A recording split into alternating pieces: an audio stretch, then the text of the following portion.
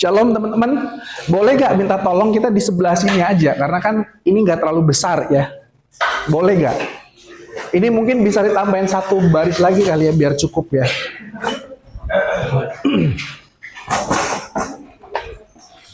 Di sini, teman-teman boleh tahu siapa yang sudah jadi PKK atau pemimpin KTB yang sudah? Bisa lebih tinggi lagi? Oh, sisanya berarti belum ya? Kayaknya nih angkat tangan ini ya, lebih kepada PH ya, atau ini ya. Oke teman-teman, saya mengajak kita untuk membuka beberapa bagian firman Tuhan. Ini akan menjadi dasar apa yang akan kita pelajari ya. Yang pertama, silakan teman-teman yang perempuan buka dan baca Mazmur 119 ayat 20. Nanti yang kedua, teman-teman yang laki-laki baca 2 Raja-Raja 22 ayat 8. Yang pertama Mazmur 119.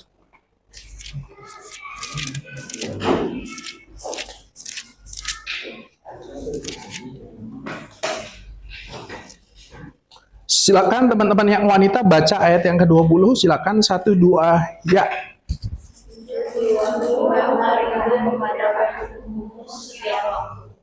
Iya, saya pakai TB2 teman-teman. TB2 agak beda sama TB yang sebelumnya ya. Hancur hatiku karena rindu kepada hukum-hukummu setiap waktu.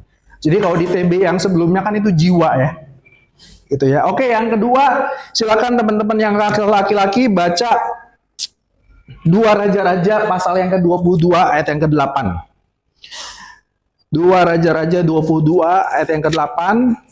Silakan 1 2 ya. Berkatalah Imam besar dirinya pada saat pasti dari itu telah menemukan kitab Taurat itu di rumah Tuhan. Lalu dia memberikan kitab itu kepada Safan dan Safan terus. Oke, yang ketiga mari kita baca sama-sama teman-teman Kisah Rasul 17 ayat 11. Kisah 17 ayat yang ke-11. Oke, 1 2 ya. Orang yang Yahudi bahwa itu lebih baik hatinya daripada orang Yahudi tidak salah kita. Karena mereka menerima itu dengan segala kerelaan hati dan segala mereka memiliki persepsi mengenai apakah semuanya itu benar. Ya, lagi-lagi TB2 punya sedikit perbedaan. Lebih baik hatinya itu di TB2 teman-teman terbuka hatinya.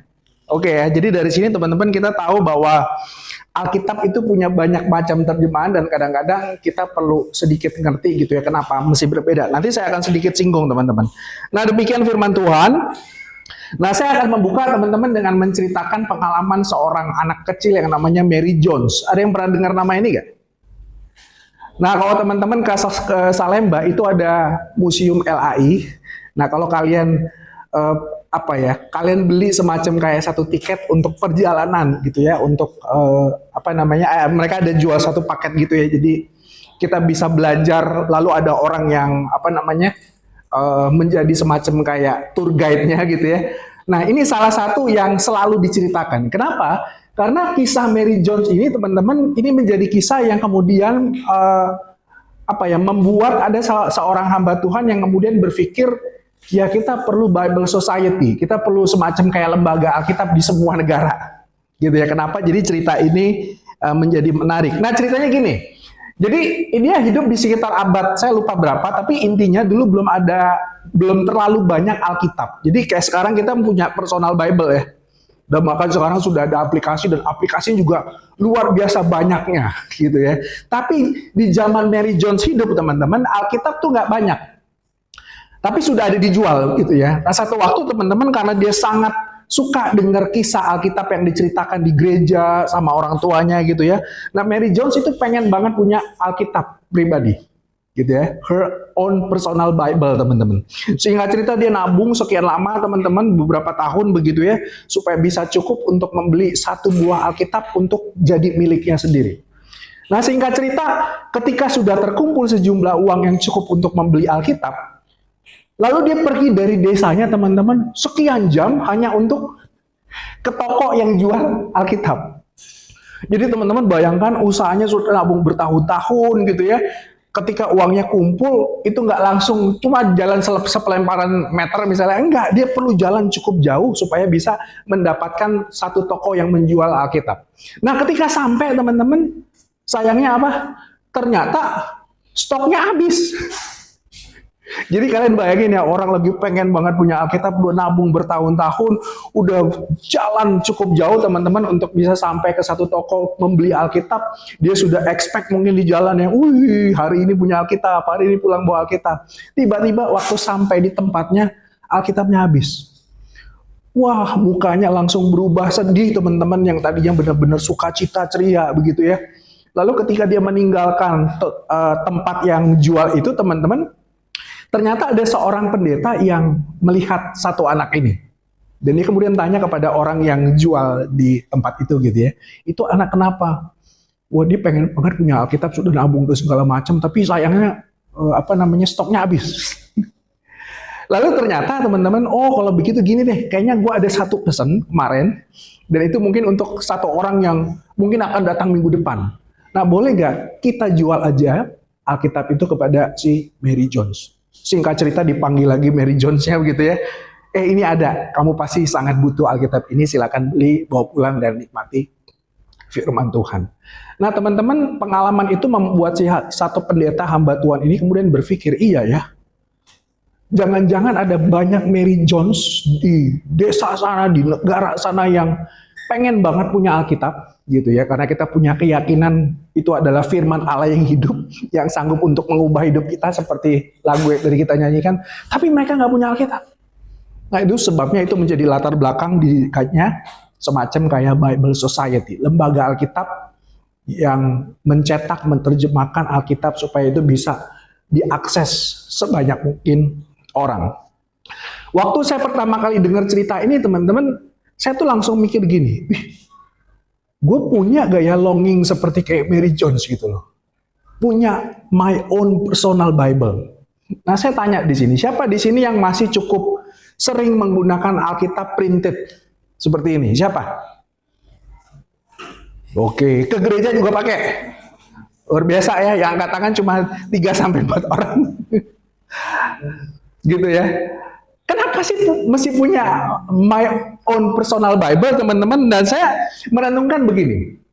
Nah saya mau ajak teman-teman untuk dapat why-nya dulu ya sebelum how kita menggali firman Tuhan. Nah saya mau ajak kita untuk, kalau kita nggak punya relasi yang genuine, relasi yang seger dengan firman, dengan Alkitab teman-teman. Kita mau belajar metode apapun, kita mau secanggih apapun PA teman-teman, buat saya itu nggak ada artinya. Jadi bagi saya sebelum kita belajar firman, perlu untuk ngecek, mengevaluasi sikap kita terhadap Alkitab. Nah pertanyaannya bagi kita tuh Alkitab tuh apa buat kita? Kira-kira kalau saya tanya spontan gini teman-teman, jangan jawab ya. Kira-kira kalau ditanya buat kalian Alkitab tuh seperti apa? Bayangkan orang atau benda tertentu atau aspek tertentu. Oke, coba pikirkan dalam 1 menit. Buat kehidupan rohani teman-teman, Alkitab tuh seperti apa? Seperti lampu kah, penerang, itu kan metafora Alkitab ya, atau apapun terserah ya. Apa seperti kayak penghibur gitu ya, karena saya sering mengalami ketakutan, kekhawatiran, tetapi dengar ayat ini atau baca ayat ini saya dihibur, terserah apapun, silakan coba pikirkan dalam, tadi udah 1 menit ya, silakan dalam 49 detik ke depan, silakan. Ini kan langsung cepat harusnya ya. Buat kalian tuh Alkitab apa sih dalam hidup kalian? Oke, Kevin. Satu kata aja atau satu frase. Cermin. Cermin, oke. Kenapa cermin? Karena Alkitab menurut aku menjelaskan aku kayak dan mengingatkan aku akan misalnya keburukanku, akan dosa-dosa yang aku pernah lakukan, kejaduanku. Tapi di balik itu semua ternyata ada Tuhan. Oke, thank you. Boleh gak cewek sekarang yang di depannya kau? Siapa ini? Iya. Kira-kira buat pengalaman personalmu Alkitab tuh apa?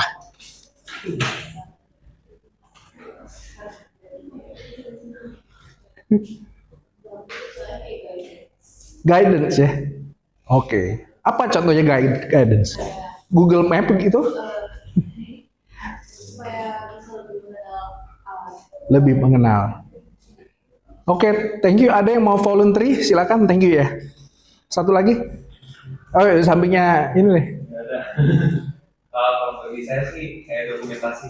Dokumentasi, oke ya. Seperti PJ sekarang ya. Selesai PJ dokumentasi, lalu diposting di Instagram dan segala macam. Teman-teman, thank you untuk sharingnya. Tapi saya berharap waktu saya minta teman-teman memikirkan, mengimajinasikan, teman-teman langsung kepikir untuk mengevaluasi relasi kita dengan firman.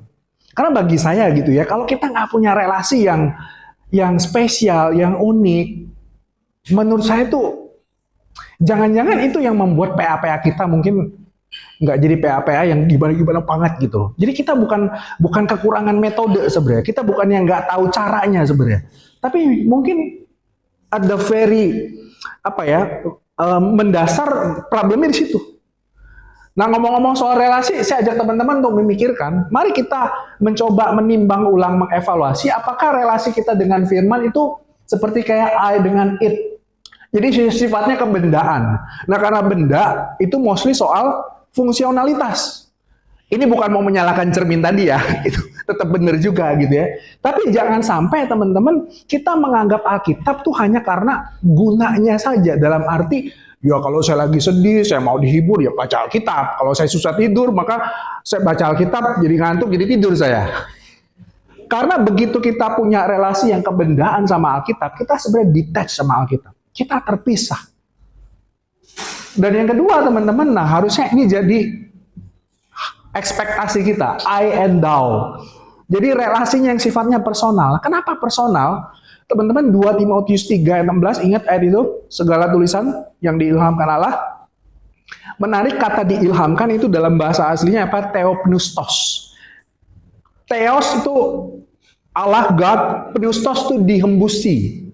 Jadi teman-teman ada seorang penafsir yang mengatakan begini ya. Kita tuh seringkali punya punya bayangan. Sebenarnya ini bukan bayangan yang salah ya. Alkitab itu adalah tulisan, benar? Tapi jangan lupa Alkitab itu adalah sesuatu yang Allah katakan. Nah, pertanyaannya kira-kira kalau orang mau ngomong karena tujuannya apa sih? Relasi buat saya. Nangkep ya? Makanya saya sekarang kalau membaca firman Tuhan selalu saya akan mengatakan beginilah bunyi firman Tuhan. Inilah perkataan Tuhan. Jadi sebenarnya apa yang kita baca dari tulisan-tulisan yang mati ini sebenarnya akan hidup ketika kita menghayati itu adalah Word of God, perkataan Allah. Dan Allah pengen ngomong sama kita. Jadi teman-teman, saya berharap at the very heart kita bisa nangkep hal ini, begitu ya. Makanya itu yang digambarkan pemazmur tadi ya, hancur jiwaku karena kangen, karena longing. Dan saya senang tadi lagu kita, penuhkanlah ku haus. Haus itu bicara tentang sebuah perasaan yang longing, menginginkan. Nah makanya waktu saya doa, saya bilang, iya ya, waktu kita nyanyi ini, kita bener gak ya punya perasaan haus dan lapar ya? Teman-teman pernah ngalamin kan ya haus sama lapar ya?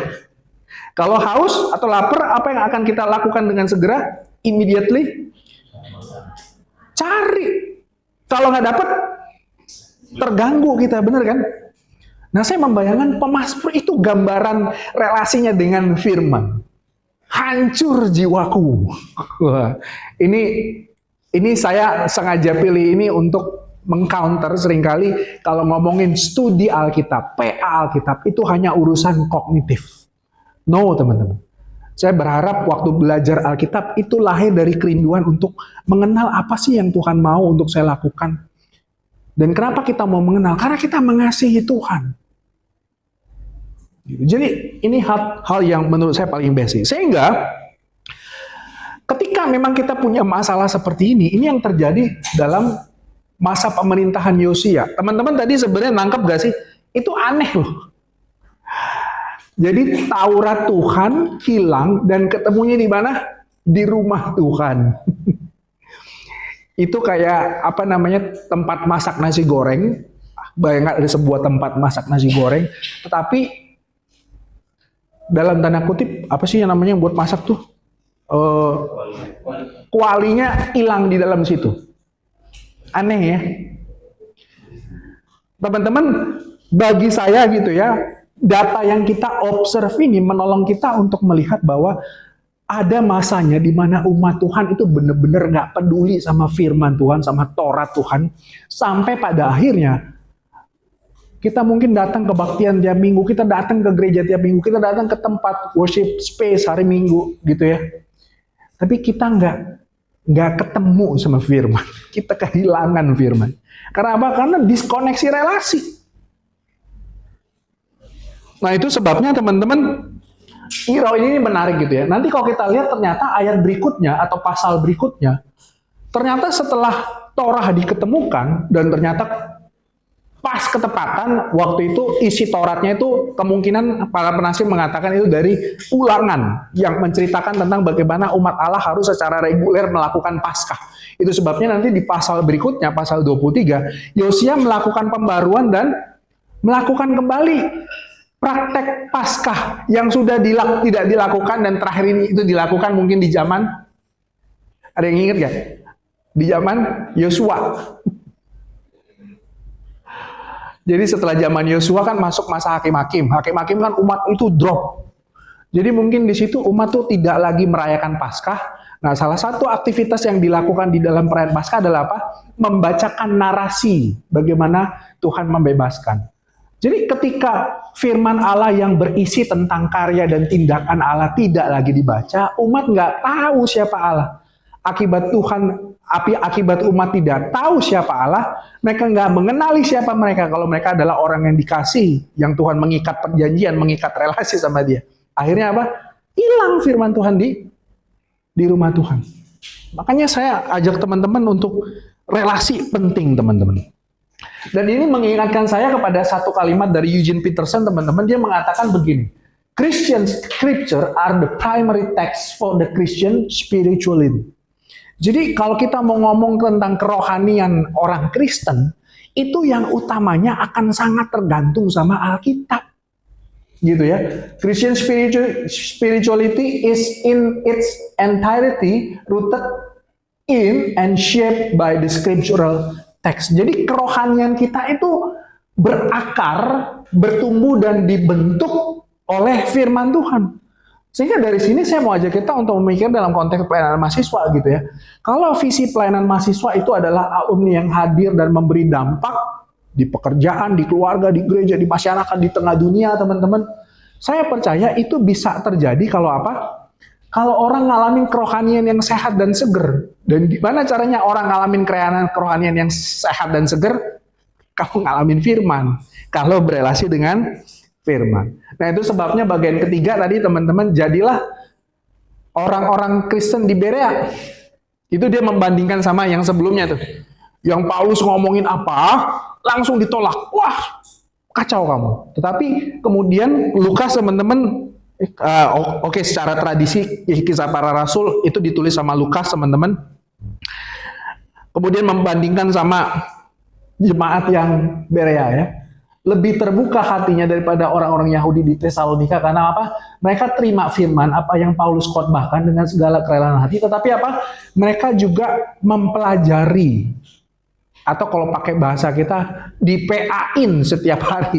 Untuk memastikan yang diajarkan Paulus itu benar apa tidak. Jadi bagian pertama ini saya mau ajak kita untuk ngerti why-nya gitu ya. Kenapa kita harus belajar Alkitab? Ya karena kita berelasi dengan Allah yang berbicara, berkata-kata. Dan kita percaya teman-teman bahwa kerohanian kita itu dibentuk oleh Alkitab. Begitu kita nggak mengerti Alkitab, kita punya kerohanian yang bermasalah.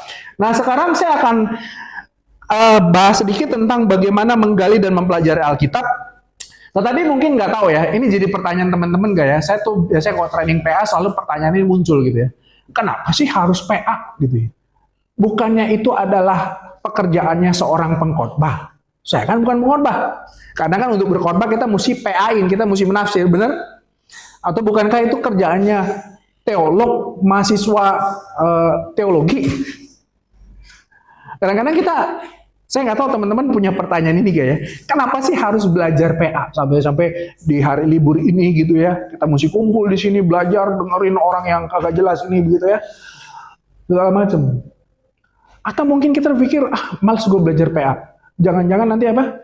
PA gue salah, tafsiran gue salah. Dan itu kan yang terjadi dalam sejarah ya. Heresi teman-teman, ajaran sesat itu muncul karena tafsiran yang salah. Jangan-jangan nih kita keluar dari PU ini jadi heresi baru.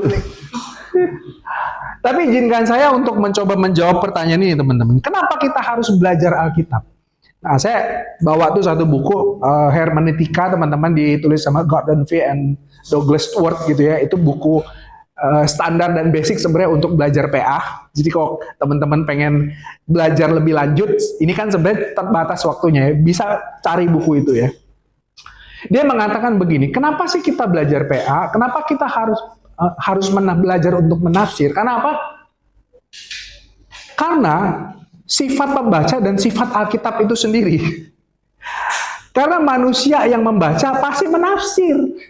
Itu sebabnya kita perlu belajar PA dengan baik supaya apa? Kita nggak salah menafsir. Karena setiap orang pasti akan menafsir. Bayangkan kalau spektrumnya itu terlalu banyak karena kita punya pikiran yang macam-macam, kita punya dalam tanda kutip library yang bermacam-macam. Justru menurut saya, kalau kita nggak belajar ber-PA, jangan-jangan begitu ya, ketika kita membaca, dan itu necessary kita pasti menafsir teman-teman, jangan-jangan kita karena nggak punya prinsip atau cara-cara yang lebih tepat begitu ya, akhirnya kita masuk kepada kesimpulan yang salah. Yang kedua, sifat dari Alkitab itu sendiri. Teman-teman, Alkitab ditulis ribuan tahun yang lalu. Suku bangsanya beda sama kita. Kalau kita baca perjanjian lama, religinya beda. Yudaisme kan bukan Christianity, teman-teman, walaupun rooted dari Judaism, teman-teman. Dan mereka punya kosakata yang berbeda sama kita, mereka punya budaya yang berbeda sama kita dan segala macam. Jadi nggak mungkin Alkitab nggak ditafsir. Jadi teman-teman, mengapa perlu belajar PA? Yaitu supaya menghindari penafsiran yang kurang tepat. Tapi jadi saya juga mau mengingatkan tujuan ber-PA, tujuan menafsir adalah menemukan pengertian yang tepat, yang jelas dari sebuah teks supaya apa? Hidup kita diubah. Gitu ya. Dan ini saya berharap jadi spirit kita ya. We study the word not to be a masters of the word. Gitu ya. Kita belajar Alkitab bukan supaya kita jago Alkitab. Master of the word. Tetapi we study the word to be mastered by the word. Supaya hidup kita tuh dikuasai, dikontrol, sepenuhnya diarahkan sama Alkitab. Gitu ya. Alkitab diberikan bukan sekedar memberi informasi, meskipun Alkitab secara nature itu memberikan informasi karena ada data, ada cerita dan segala macam ya. Tetapi pada akhirnya Alkitab diberikan supaya itu mentransform hidup kita. Gitu ya. Saya punya keyakinan Ibrani 4 ayat 12 teman-teman. Nah sayang sekali kita mungkin karena tradisi ya, kita selalu menganggap yang mengubah kita itu adalah penjelasan dari kata-kata Allah. Nah kalau dalam kebaktian, karena saya belajar teologi ibadah teman-teman, dalam elemen pelayanan firman itu ada dua tindakan. Pembacaan Alkitab, perkataan Allah, dan penjelasannya. Apa sih relevansi Alkitab yang Allah baru katakan itu kepada kita sebagai umat di masa sekarang? Itulah khotbah, itulah homili. Tapi seringkali kan tanpa kita sadari, kita bertobat karena apa? Karena penjelasan terhadap kata-kata Allah. Wah, kalian langsung ini nih. Nah, saya punya konviksi ini. Kenapa teman-teman? Karena dalam sejarah, banyak ceritanya orang diubah sama Alkitab, bukan penjelasan tentang apa yang diajarkan oleh Alkitab. Martin Luther itu bertobat karena dia lagi persiapan kuliah, lagi mau ngajarin surat Roma, tiba-tiba baca Roma 1, 14-15. Orang benar akan hidup oleh iman. Hidup oleh iman. Luther tuh orang yang sangat sensitif sama dosa ya teman-teman ya. Jadi konon tuh ada ceritanya. Dulu kan praktek di gereja barat, gereja Katolik teman-teman, itu ada semacam kayak satu ruangan, satu bilik-bilik khusus untuk orang tuh ngaku dosa secara private sama priest. Nah, Luther tuh sering di situ. Dan masalahnya apa? Luther baru datang nih ngaku dosa, keluar, begitu di jalan balik lagi dia. Karena dia merasa berdosa lagi. Dan konon tuh ada yang ceritanya begini teman-teman. Luther tuh kadang-kadang merasa sangat bersalah karena apa?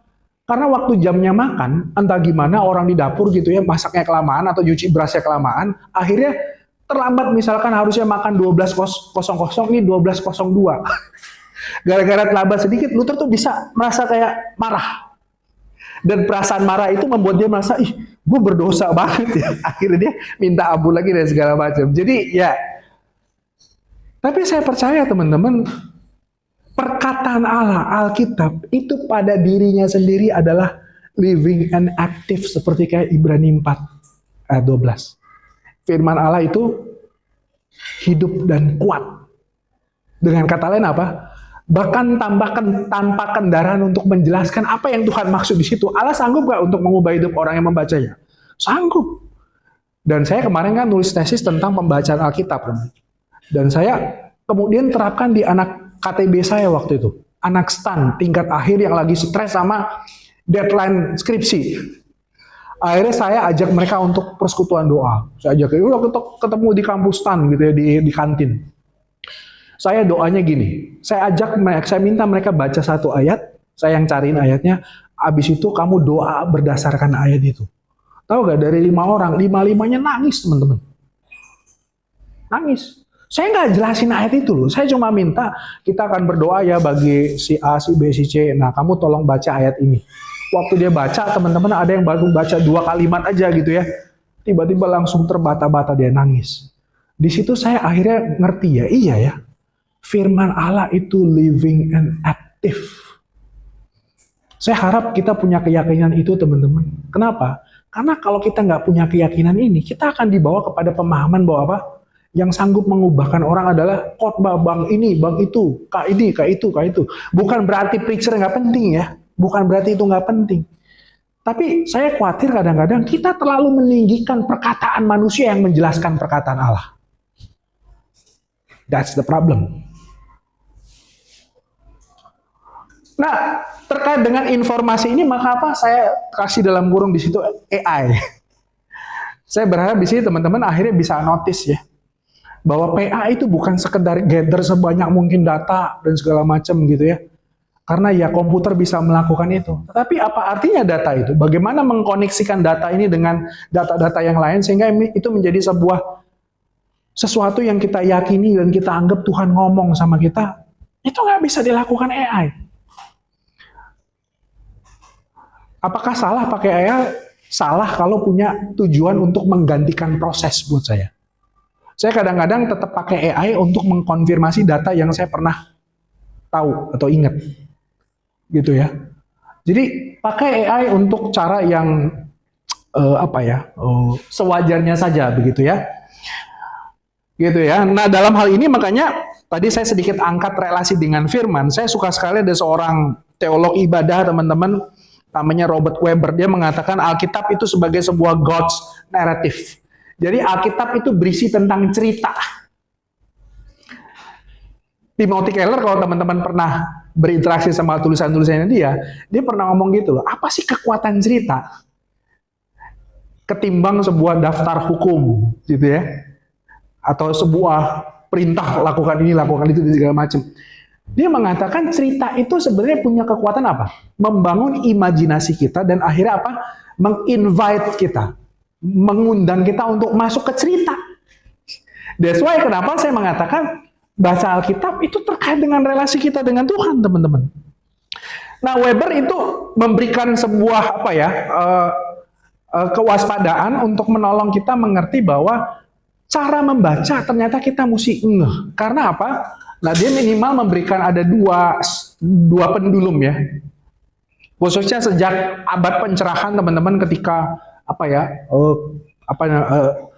individu itu sangat dikasih ruang untuk tanpa batas dan segala macam, sehingga pikiran itu menjadi sangat terbuka, teman-teman. Akhirnya apa? Muncul semangat atau spirit historical and literary criticism. Di sini makanya muncul misalkan kelompok-kelompok Kristen yang liberal gitu ya, yang udah nggak percaya lagi Alkitab itu adalah firman Allah, Alkitab bisa salah dan segala macam. Jadi spirit orang yang pakai pendekatan ini dalam membaca, dia akan lebih peduli sama akurasi data gitu ya. Termasuk kritik teksnya, kritik sumbernya, kritik formnya dan segala macam. Misalkan peristiwa Keluaran 14. Laut Tebrau dibelah sehingga orang Israel dipimpin Musa bisa lewat. Nah, orang yang membaca dengan historical and literary criticism, teman-teman, dia akan pakai logikanya. Apa iya? Apa benar laut bisa kebelah? Dan kita kan kalau masuk kepada hal detail lagi gitu ya, kita bisa mempertanyakan banyak hal. Sampai di satu titik, jangan-jangan ini cuma mitos, cuma dongeng, cuma omongan yang nggak terlalu penting begitu ya. Itu menjadi penting karena ada tujuan kenapa ditulis untuk sekelompok orang yang waktu itu akan baca dan seterusnya. Dan yang kedua, ini sebenarnya muncul di zaman romantisme di mana kedekatan intimacy itu sangat diagung-agungkan. Jadi experiential reading. Nah, kalau yang tadinya tuh sangat menekankan rasio intelektual, ini yang pendulum sebelahnya. Yang penting ayat itu artinya buat gua apa? Gua lagi ngalamin apa? Ayat itu artinya apa? Jadi sangat subjektif. Gitu ya. Nah, ini kalau beberapa kelompok atau tradisi Kristen misalkan, karena saya jadi karismatik, jadi saya nggak apa-apa ya ngomongin ya. Saya kan orang karismatik. Firman ini jadi rema. Wah, gitu ya. Padahal rema artinya apa?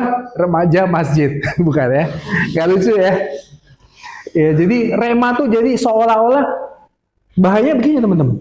Jadi kalau firman Tuhan itu nggak bicara secara personal, apakah artinya itu bukan firman Tuhan? Jadi masalah di dalam subjektivitas cara pembacaan ini nih di situ. Nah, Weber mengatakan ini sebenarnya outside reading. Ini membuat kita ada di luar dari kisah Allah. Nah, makanya solusinya apa? Inside reading. Nah, ternyata inside reading adalah cara gereja mula-mula, bahkan para rasul itu membaca. Teman-teman, saya kayaknya jangan lama-lama deh jadi ini ya. Nah, ini tekniknya namanya figural reading, teman-teman. Jadi melihat sentralitas Kristus dalam seluruh Alkitab. Kita kan Alkitab baru ngehnya Yesus muncul di Perjanjian Baru ya. Tapi enggak, di Perjanjian Lama Yesus sudah muncul, walaupun hidden, misterius. Gitu ya. Nanti teman-teman bisa baca beberapa ayat ini, atau baca dulu ya sebentar ya. Misalkan Lukas 24 ayat 27. Bisa minta tolong satu orang cowok bacain, silakan dengan cepat supaya kita bisa lebih cepat. Nanti satu orang cewek baca Yohanes 5 ayat 39. Yang pertama cowok, Lukas 24 ayat 27, silakan. Lalu yang menjelaskan kepada mereka apa yang tertulis tentang dia dalam segala kitab suci, mulai dari kitab-kitab Musa dan segala kitab Nabi. Nah, teman-teman, apa yang tertulis tentang Kristus dalam seluruh kitab suci, mulai dari kitab Musa, Pentatok, 5 kitab pertama, dan seluruh kitab nabi-nabi, teman-teman. Jadi Perjanjian Lama sebenarnya sudah ngomongin tentang Kristus. Silakan cewek tadi Yohanes 5 ayat 39. Kamu menyelidiki kitab-kitab suci sebab kamu menyangka bahwa olehnya kamu punya diri sama Allah. Tapi walaupun kitab-kitab suci itu memberi kesaksian tentang Allah. Ya, jadi walaupun kitab-kitab suci itu memberi kesaksian tentang aku, ini percakapan dengan orang Yahudi, which is orang Yahudi itu punya Perjanjian Lama. Jadi Yesus mau mengatakan Perjanjian Lama itu sebenarnya ngomongin tentang gua. Yang terakhir misalkan minta tolong Kevin Ibrani 10 ayat 7, soalnya yang aku ingat namanya Kevin nih. Ibrani 10 ayat 7.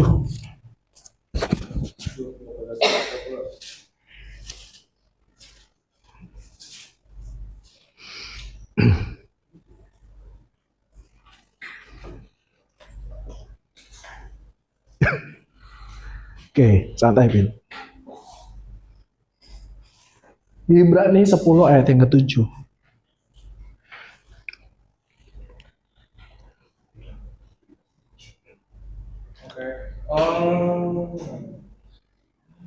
Lalu aku berkata, sungguh aku datang dalam gulungan kitab ada tertulis tentang aku untuk melakukan kehendak-Mu ya Allah. Ya, seperti tertulis dalam gulungan kitab tentang aku. Jadi lagi-lagi ini mengacu kepada Perjanjian Lama dan Yesus penulis Ibrani mengatakan ini juga mengacu kepada Kristus. Nah, sehingga kalau tadi intellectual reading teman-teman itu ada yang mengatakan seperti kayak Greek way ya, itu cara orang Yunani membaca. Maka sebagai proposalnya kita pakai Hebrew mind, Hebrew way teman-teman. Yang sifatnya apa? Relasional. Karena orang-orang Yahudi, teman-teman, itu sangat memahami bahwa Allah itu bukan cuma sekadar objek studi, objek intelektualitas. Meskipun kita tetap harus men-treat Bible as true, sebagai sesuatu yang benar, teman-teman. Tetapi orang-orang Ibrani, orang-orang Yahudi itu sangat memandang bahwa urusan mereka dengan Tuhan itu terkait dengan relasi. Itu sebabnya Alkitab dimulai dengan Kejadian 1.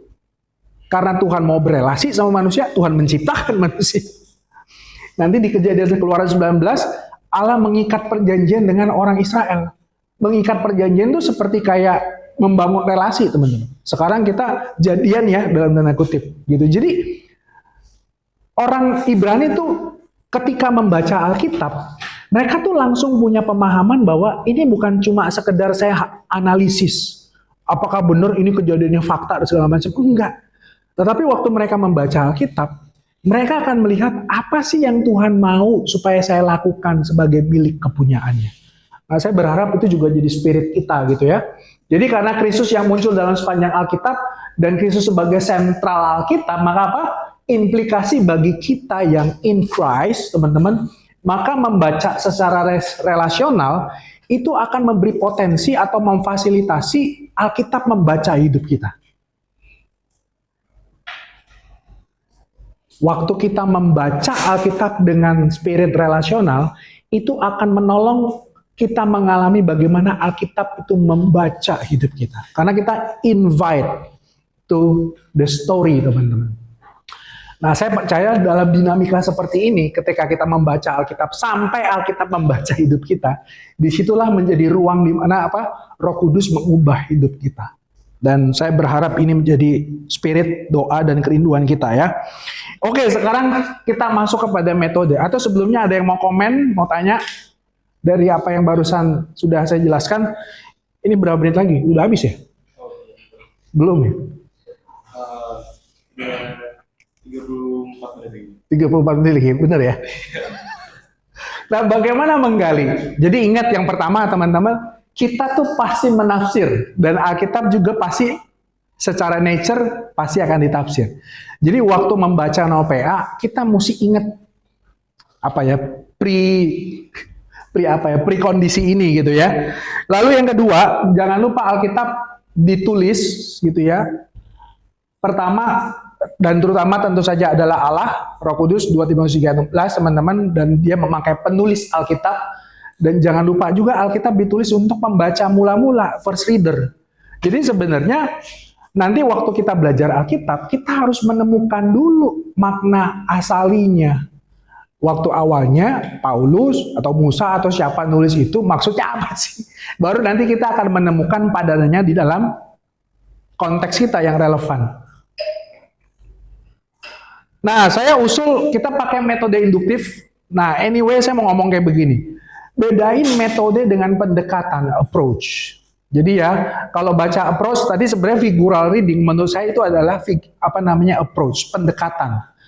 Nanti teman-teman kalau memang kalian dunianya di dunia teologi misalnya gitu, kalian akan belajar atau baca beberapa buku yang menolong kita mengerti bahwa pendekatan approach untuk menafsir itu banyak minta ampun.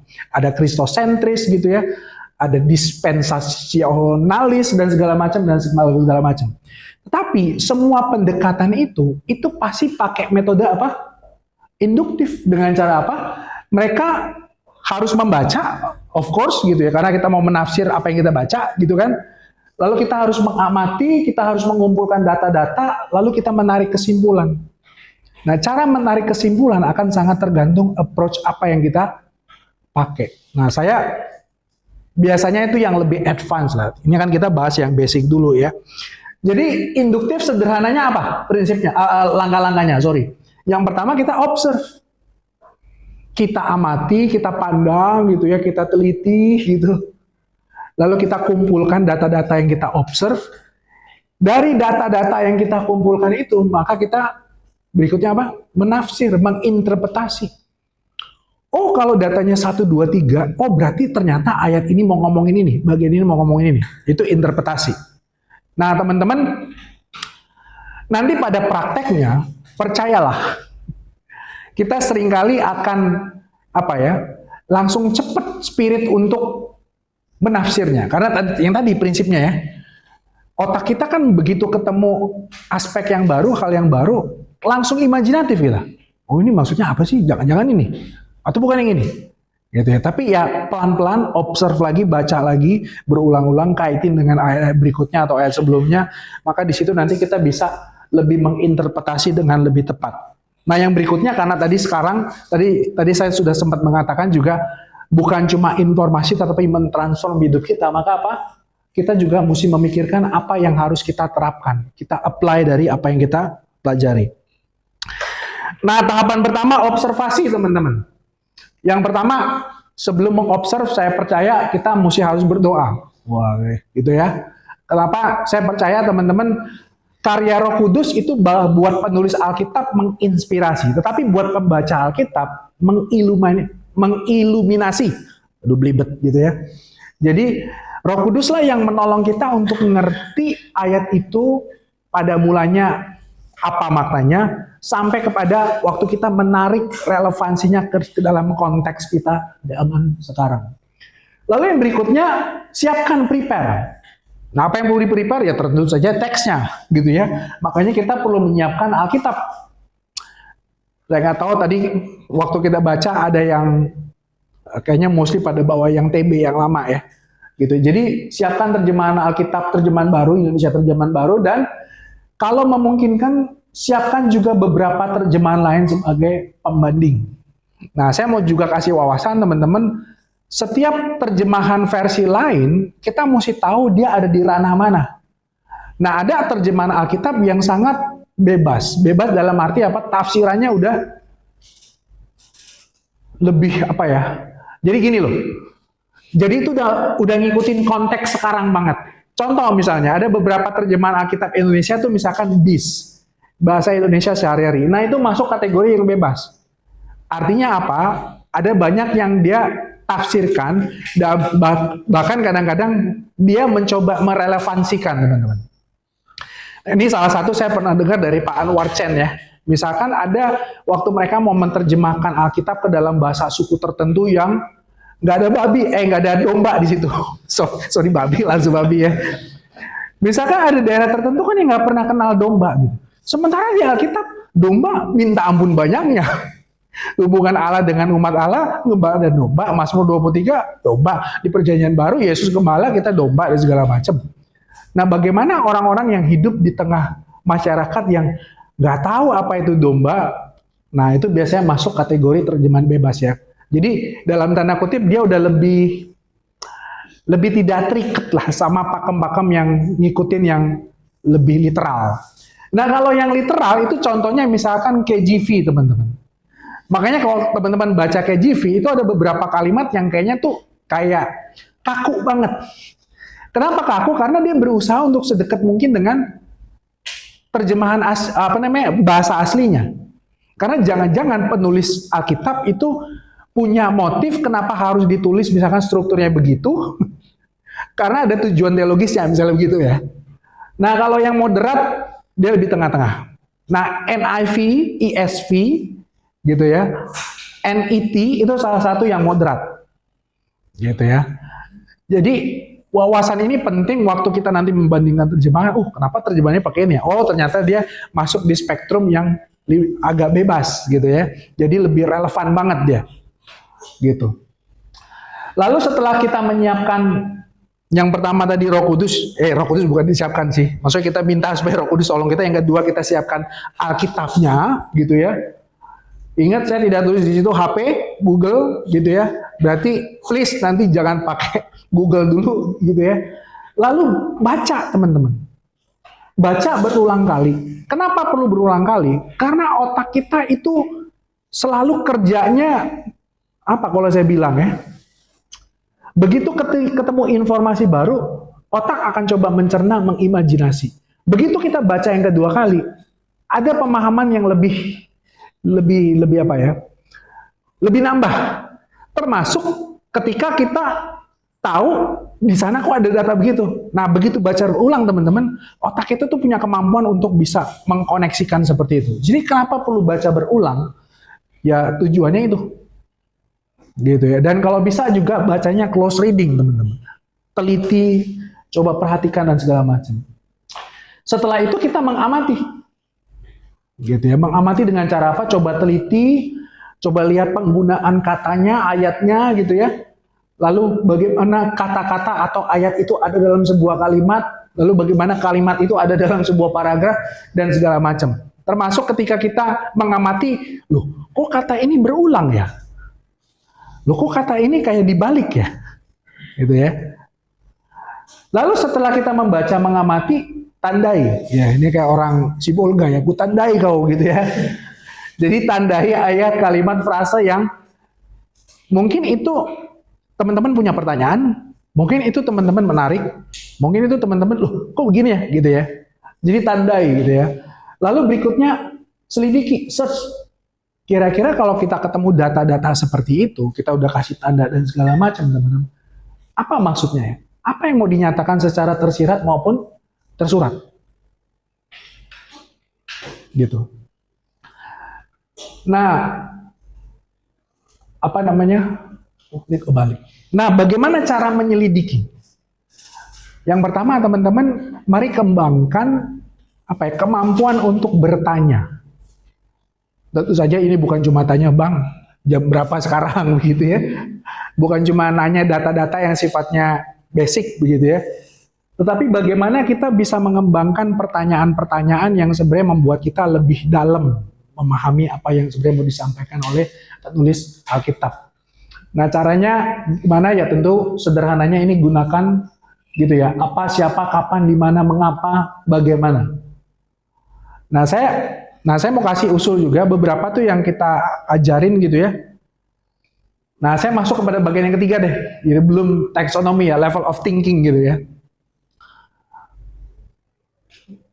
Kalau kita memang dalam tanda kutip secara kognitif memang bukan tipikal orang yang wah pemikir yang bisa tajam dalam, nggak usah minder gitu ya. Mungkin kita ada di level of thinking yang pertama nih, knowledge. Cuma kita tahu data, kita menghafal data dan segala macam.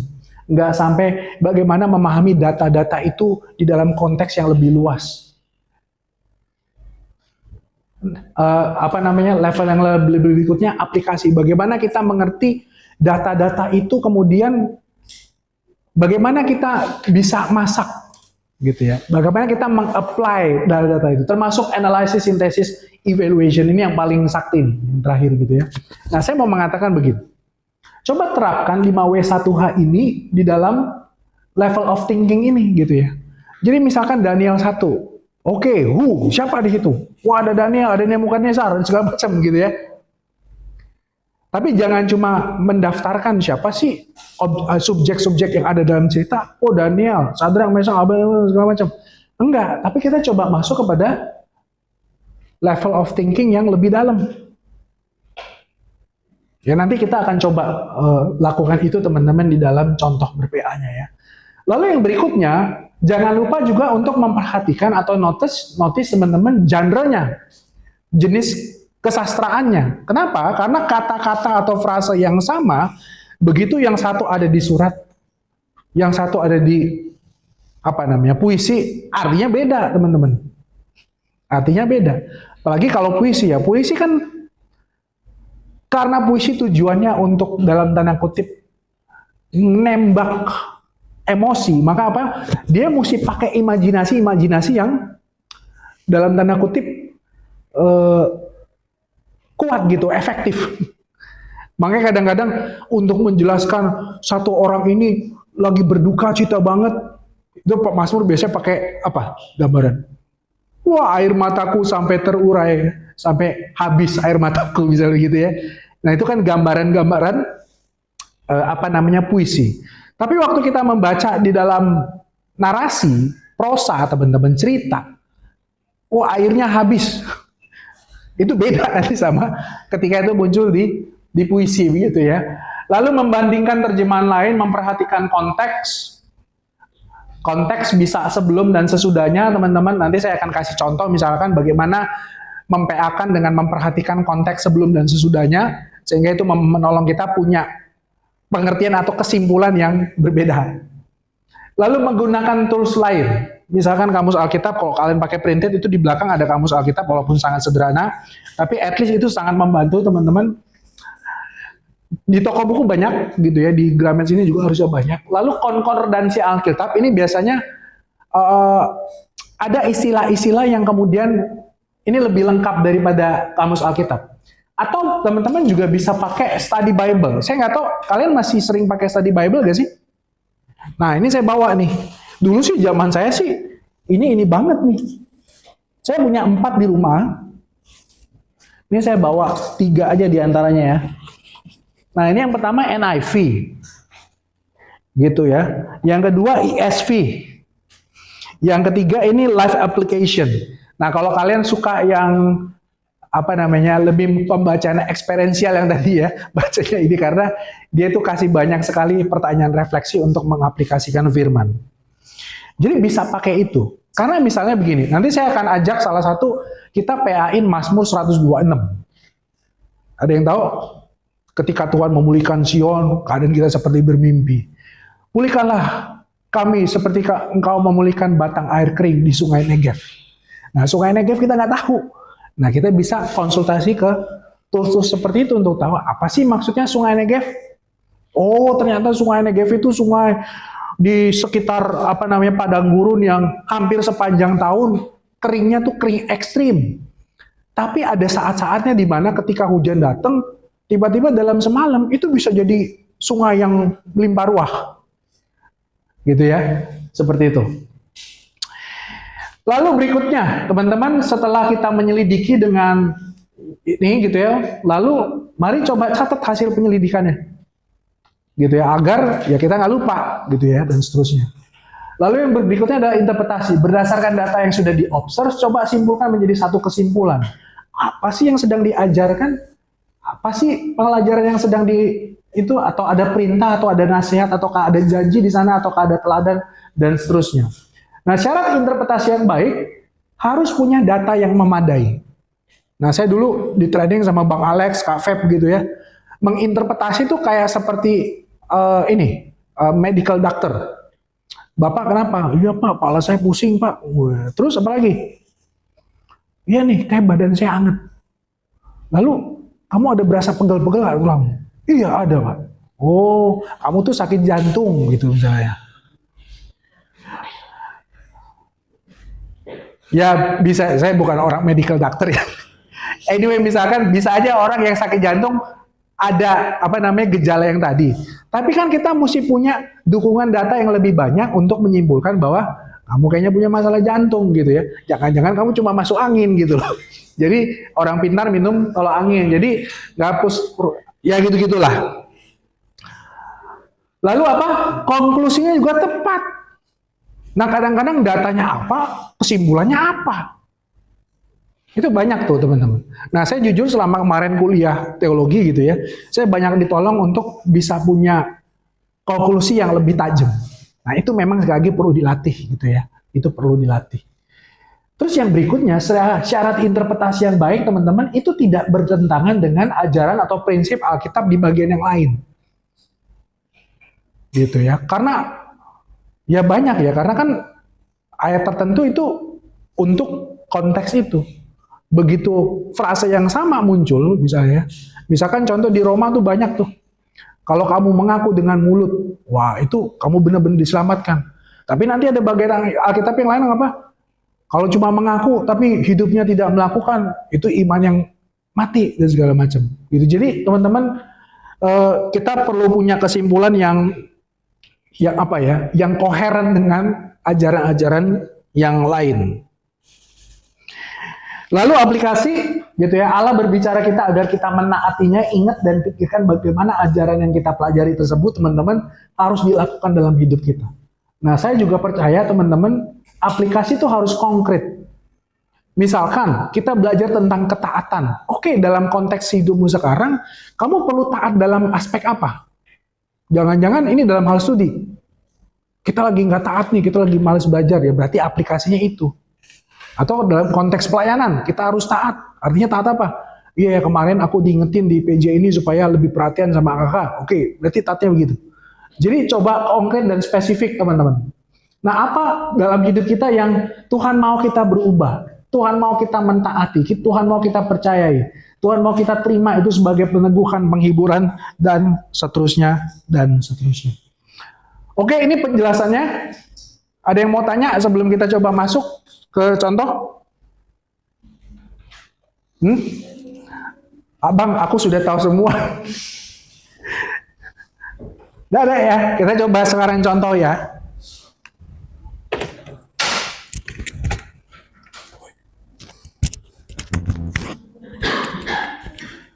Silakan kalau ada yang mau tanya ya.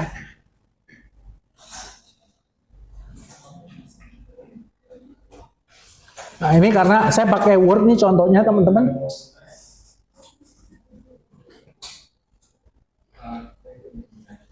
Ya.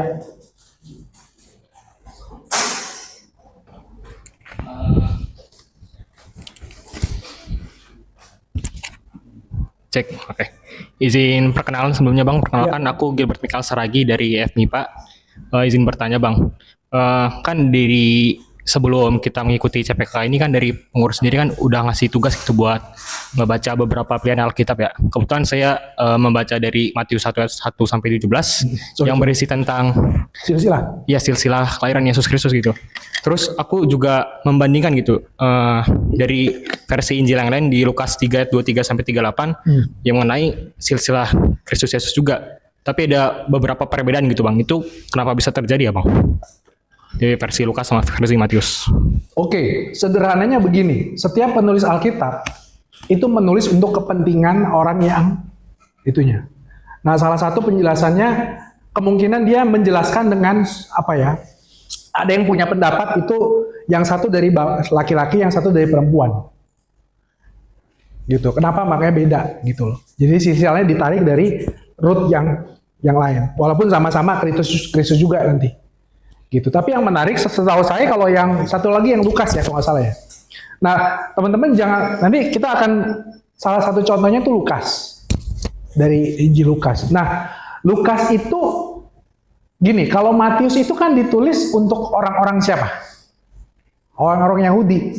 Makanya teman-teman nanti kita akan sangat ketemu keyahudian di Injil Matius. Tetapi Lukas itu ditulis untuk orang-orang non-Yahudi. Itu sebenarnya mau mengekspand keselamatan. Bahwa keselamatan itu bukan cuma untuk orang Yahudi sebagai bangsa pilihan Allah, yang sebenarnya Tuhan pilih supaya bangsa-bangsa lain diberkati begitu ya. Tetapi untuk bangsa-bangsa yang lain. Makanya di Injil Matius dari awal, misalkan masih ingat, jangan takut. Ini Natal ya. Sebab aku memberitakan kepadamu kesukaan besar bagi dunia. Gitu. Jadi sebenarnya ada motif-motif itu. Nah, ini kalau dalam dunia teologi itu namanya sebenarnya apa namanya? Kok jadi lupa ya. Jadi intinya harmonisasi. Gitu ya, harmonisasi. Jadi kadang-kadang ada tujuan yang berbeda sehingga ada beberapa perspektif atau data yang sedikit saya nggak ambil pakai data ini, tapi saya ambil datanya itu. Jadi kurang lebih seperti itu sih maksudnya.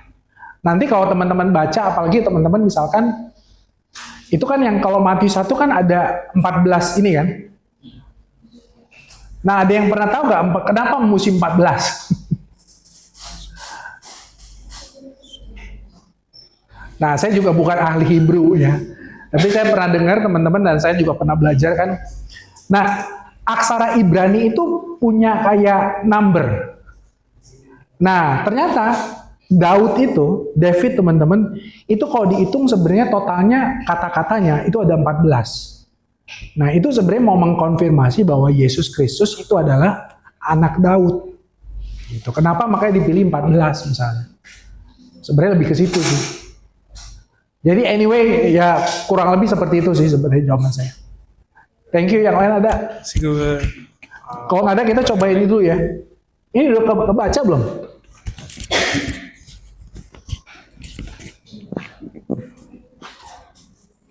Nah, kita coba kita coba narasi dulu ya, teman-teman ya. Ini kebaca nggak? Baca ya. Ini saya di sini aja ya. Soalnya mesti dinaik turun ini. Nah, ini perikop yang sangat terkenal ya. Maria dan Marta. Kita selalu kesimpulannya apa? Marta itu jelek, Maria. Padahal ya, kita coba baca dulu ya nih ya. Ketika Yesus dan murid-muridnya dalam perjalanan, tibalah ia di sebuah kampung. Seorang perempuan bernama Marta menerima dia di rumahnya. Perempuan itu mempunyai seorang saudara yang bernama Maria. Maria ini duduk dekat kaki Tuhan dan terus mendengarkan perkataannya. Sedang Marta sibuk sekali melayani. Ia mendekati Yesus dan berkata, "Tuhan, tidakkah engkau peduli bahwa saudaraku membiarkan aku melayani seorang diri? Suruhlah dia membantu aku." Tetapi Tuhan menjawabnya. Nah, ini tafsiran ya, kira-kira bacanya gimana? Marta, Marta gitu ya, atau Marta, Marta. Susah ya. Marta, Marta. Enggak ada. Engkau khawatir dan menyusahkan diri dengan banyak perkara. Tetapi hanya satu saja yang perlu. Maria telah memilih bagian yang terbaik yang tidak akan diambil daripadanya. Wah, banyak nih. Ada beberapa buku yang sudah ditulis teman-teman untuk menjelek-jelekan Marta dan mengangkat Maria gitu ya. Hanya satu yang perlu. Wah, seolah-olah Yesus punya preferensi. Kalau kamu mau hidup seperti Maria atau Marta, kamu pilih yang mana? Nah, itu kan tafsiran ya. Tadi saya bilang ya, kenapa kita perlu belajar PA? Karena kita mau menafsir atau mengerti Alkitab dengan lebih baik. Siapa di sini yang merasa bahwa perikop ini menyuruh kita untuk jadi seperti Maria?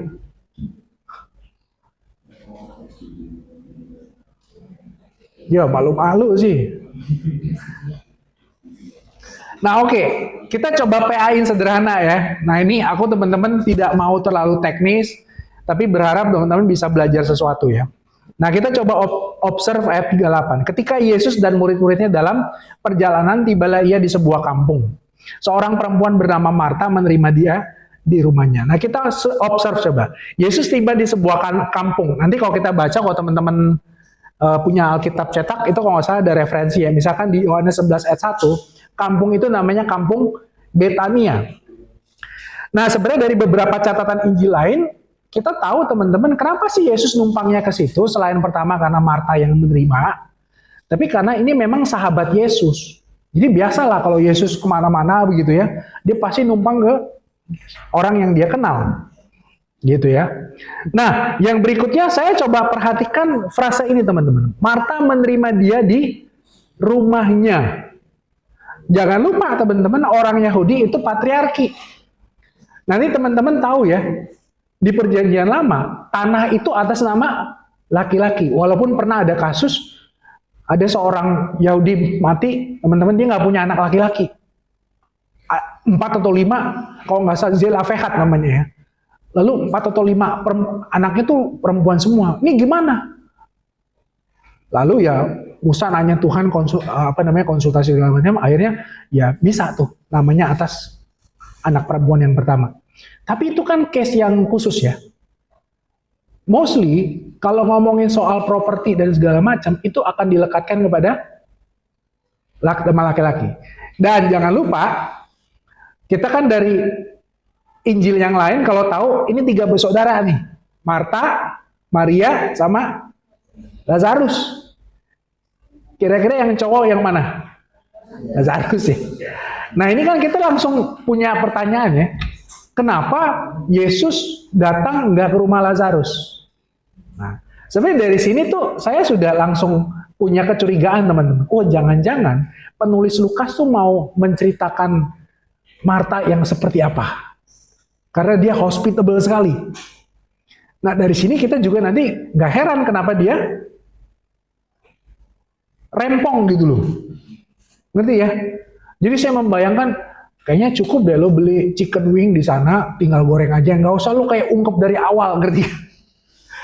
Jadi karena Marta itu seorang yang sangat hospitable, dia tuh memang secara secara personal tuh akan rela ribet gitu loh untuk menyambut tamunya. Dan that's why juga kenapa dia marah sama Maria, kenapa?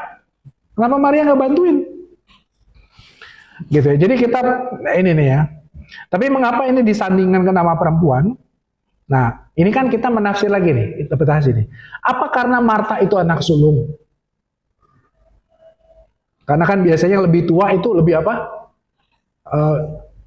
Kau nih si abangan gitu katanya. Jadi kamu yang lebih bertanggung jawab ketimbang adik-adikmu. Nah, jadi di sini teman-teman, nah ini kayak satu di sini. Di sini berarti ada sesuatu yang ingin ditampilkan oleh narator tentang Maria. Nah, kita masuk kepada ayat berikutnya ya. Perempuan itu mempunyai seorang saudara yang bernama Maria. Maria ini duduk dekat kaki Tuhan dan terus mendengarkan perkataannya. Jadi di sini aja sudah menunjukkan kontras ya. Marta hospitable menerima, yang kedua Marta itu nanti kita baca orang yang sangat sibuk untuk melayani Yesus. Narator menceritakan tokoh lain, ini siapa gitu ya, yaitu Maria. Tapi yang menarik, yang dilakukan Maria apa? Duduk dekat kaki Yesus dan mendengar perkataan.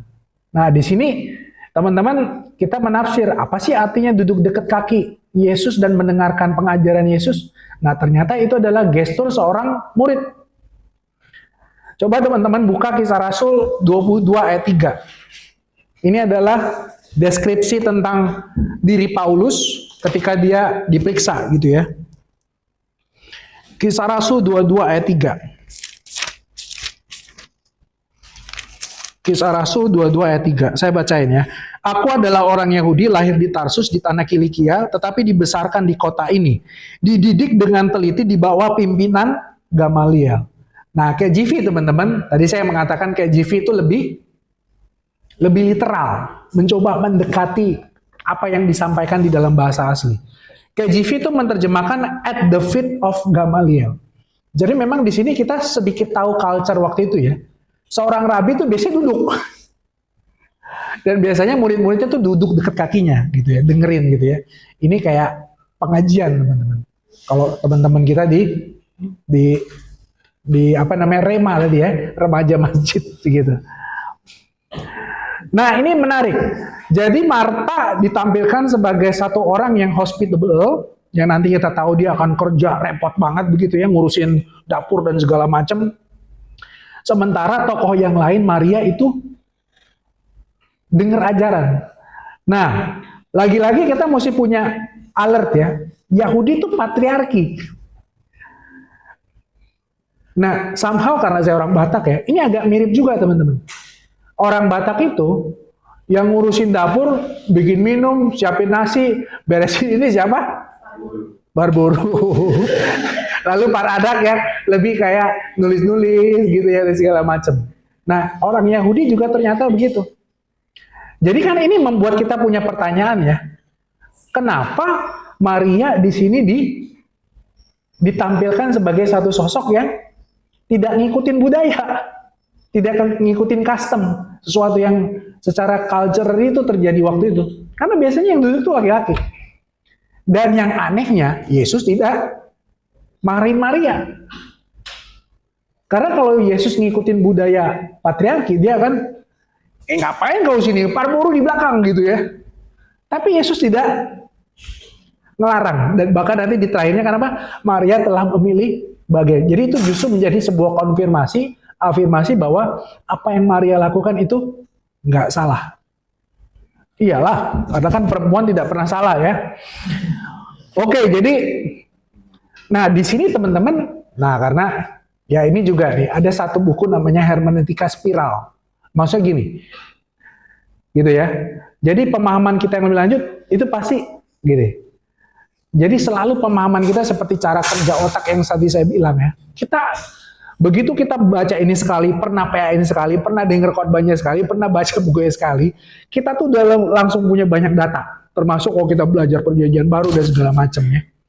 Nah, di sini saya akhirnya masuk kepada sebuah pemahaman. Nah, Injil Lukas itu salah satu ditulis untuk mengangkat dignity dari kaum yang tersisih. Misalkan contoh dalam dunia Yahudi waktu itu, saking patriarkinya perempuan kelas 2. Tapi nanti teman-teman baca awal Injil Lukas itu langsung dimulai dengan banyak cerita tentang perempuan. Maria, Elizabeth, Hana. Oke? Lalu nanti yang menarik di pasal 8 teman-teman, kita buka pasal 8. Lukas 8 ayat 1 sampai 3. Apa ceritanya di situ? Itu daftar perempuan-perempuan yang menjadi murid Yesus, melayani Yesus, mendukung Yesus. Nah ini kita langsung punya alert teman-teman. Wah, di tengah budaya patriarki, di sini Yesus dalam tanda kutip mengangkat dignity perempuan. Perempuan yang tadinya cuma di dapur, sekarang perempuan bisa kok jadi murid dan segala macam ya. Waktunya udah mau habis lagi teman-teman. Gitu ya. Terus tadi yang pertama ya, nama perempuan itu bisa dilekatkan sebagai pemilik properti. Itu juga melawan budaya waktu itu. Nah ini saya coba aplikasi ya. Apakah artinya ini kita harus selalu melawan budaya? Misalnya gitu ya. Misalkan nih ya, tiba-tiba tadi kan ada orang Batak ya. Siapa yang ngurusin air minum? Masakan gitu ya. Parboru. Apakah artinya kita sebagai orang Batak perempuan tidak mau lagi melanggar budaya ini? Patuh kepada budaya itu? Tentu saja tidak. Nanti kalau memikirkan aplikasi teman-teman itu ada layer-layernya ya. Gitu ya. Tentu saja yang pertama kita mesti kritikal sama budaya. Karena jangan lupa teman-teman, budaya itu kan produk manusia. Manusia itu manusia, di satu sisi kita imago Dei, kita punya daya kreasi, tapi jangan lupa kita sudah jatuh dalam dosa. Sehingga apa? Jangan-jangan sebenarnya produk budaya itu punya distorsi terhadap konsep firman Tuhan. Jadi lebih kepada kritikal sama budaya ya. Jadi bukan menolak budaya tetapi lebih kepada kritikal. Nah, sedang Marta sibuk sekali mendekati Yesus dan segala macam. Oke, saya kasih yang contoh tadi ya, memperhatikan konteks sesudah dan sebelumnya ya. Nah, ini dia nih. Nah, ini dia ya. Marta ini ya. Oke ya. Apakah ini menyinarkan Yesus kecewa sama Marta? Enggak. Karena kalau Marta lagi salah, Marta salah, dari awal Yesus sudah bilang, Marta lu kesini aja. Oke ya, tapi kan Yesus tidak melarang itu. Artinya sebenarnya kesimpulan bahwa apa yang Marta lakukan itu salah, dan apa yang Maria lakukan itu benar, itu kurang tepat. Lalu, terus itu tadi ya, Maria itu concern sama pemuridan, ajaran. Kalau Marta itu sibuk, apakah berarti tidak concern? Enggak juga. Nanti kalau kita baca Yohanes 11 teman-teman, kalimat Yesus, akulah kebangkitan dan hidup, itu lahir dari pertanyaan teologisnya Marta. Jadi Marta orang yang concern sama ajaran, dia tahu ajaran gitu ya. Nah, ini teman-teman. Nah, ini salah satu ya. Nanti kalau kita perhatikan perikop sebelum dan sesudahnya, menarik teman-teman. Sebelum perikop Maria Marta ini, di ayat 25-37 itu cerita tentang apa? Orang Samaria yang murah hati. Kira-kira ini mewakili tindakan Maria atau Marta? Marta ya, yang melayani. Tapi nanti yang menarik, pasal 10 ayat 1-13, itu cerita tentang apa?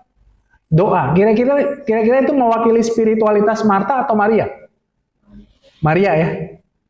Jadi menurut saya teman-teman, ini bukan mau mengatakan kita harus pilih Maria.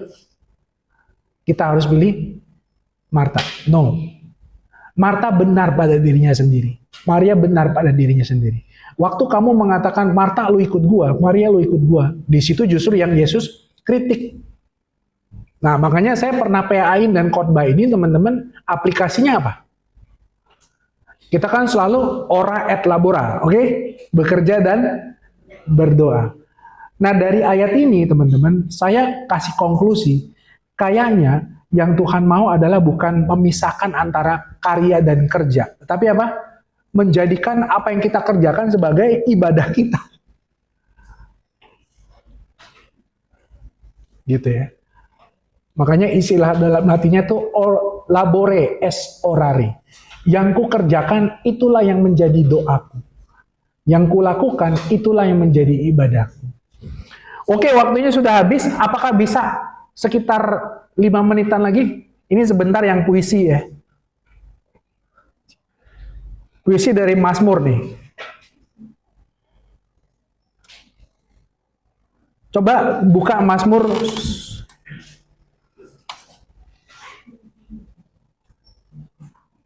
Nah ini Mazmur 126 ya. Ini Mazmur ziarah.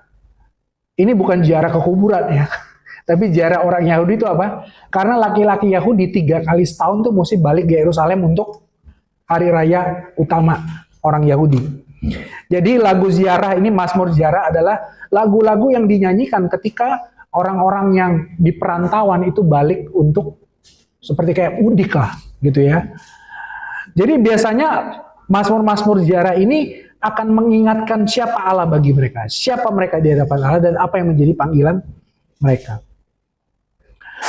Nah ini ya, nah ini contoh membandingkan terjemahan. Ketika Tuhan memulihkan keadaan Sion, keadaan kita seperti orang bermimpi. Nah, sorry tadi saya catat juga ya. Nah, puisi Ibrani teman-teman, namanya juga puisi, berarti ada paralelisme. Makanya di Alkitab teman-teman kan biasanya ada yang menjorok ke dalam, ada yang menjorok keluar ya. Nah itu sebenarnya dua hal yang sedang mau diajarkan. Apa sih kaitannya? Nah kaitannya banyak. Ada yang sinonim gitu ya, ada yang antifonal gitu ya, ada yang saling melengkapi dan segala macam. Lalu puisi Ibrani itu punya yang namanya juga kiasan. Nanti ada yang namanya simile, misalkan seperti ini perbandingan. Dia mau membandingkan ada karakteristik tertentu yang ada di dalam aspek lain yang dia coba bandingkan. Tapi juga ada metafora. Nah kalau metafora itu perbandingan langsung teman-teman.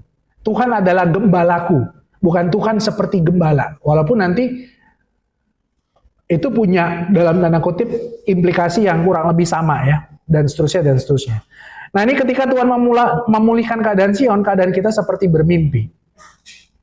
Nah umat Tuhan pernah merasakan Tuhan pernah memulihkan mereka. Karena ini kan seperti kayak flashback ya. Waktu Tuhan memulihkan keadaan Sion. Waktu itu keadaan kita seperti orang-orang bermimpi. Nah kita coba tafsir kata memulihkan. Apa artinya memulihkan? Nah ini kan punya beberapa kemungkinan ya. Apakah artinya dipulihkan itu misalkan yang pertama apa? Yang paling clear apa? Ketika mereka dibuang dan mereka dibawa balik lagi, itu pemulihan. Dan yang menarik ternyata terjemahan NIV teman-teman, frase memulihkan keadaan itu diterjemahkan dengan brought back captive, membawa balik para tawanan. Kita kalau baca itu langsung tafsir apa? Berarti ini kisah ketika dibawa balik dari pembuangan. Tapi nanti kalau saya waktu baca bagian berikutnya, saya akan konfront itu ternyata bukan. Nah, saya lebih menafsirkan itu kepada ketika umat Allah itu dibebaskan dari Mesir. Jadi keadaan seperti bermimpi itu seperti kayak laut dibelah gitu. Itu kan sesuatu yang wah, gimana gitu ya. Makanya nanti setelah laut dibelah, mereka melewati laut Teberau dan tentara Firaun yang ikut malah mati gitu ya, karena balik lagi. Habis itu ada nyanyian Miriam, hatiku bersukacita, aku senang sekali bergembira. Jadi disitulah saya tafsir keadaan kita seperti bermimpi, nanti kan di bawah mulut kita penuh dengan tawa ya, dan seterusnya. Nah saya cepat aja teman-teman, kalau teman-teman cek di di Alkitab cetak, itu ada semacam kayak 2 paragraf. Nah saya tafsirnya begini teman-teman. Nah kesimpulan bagian pertama ini sebenarnya mengingat apa yang telah Allah lakukan di masa lalu. Mengingat apa yang Allah lakukan di masa lalu akan memberikan kekuatan pada masa kini ataupun pergumulan yang akan datang.